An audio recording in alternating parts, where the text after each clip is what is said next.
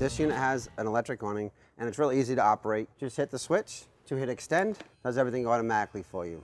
Hold it until it goes all the way out. You can stop it part way if you like. While you're extending your awning, you also want to make sure there's no trees, low branches that could get in the way. You want to bring the awning out just till the valance that extends down is about 90 degrees. If you go out too far, you can just retract it back in like so. This model is equipped with LED lights, so at night you can just turn them on with the click of a switch.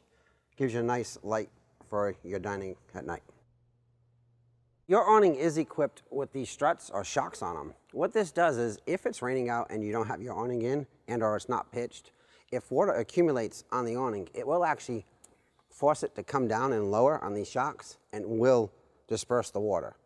It is recommended that you do be around the campsite if it does rain. If you're going to leave for an X period of time, it's recommended that you pull the awning in or strap it down for support.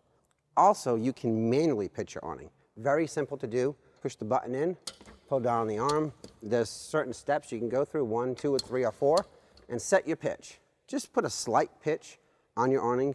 Normally you pitch it away from your entry door so the water runs off the end of the awning where you're not camping by, and it's really simple to do. Before you retract your awning, go ahead and put it back in its normal spot, again just by releasing the lever, and you'll be all set.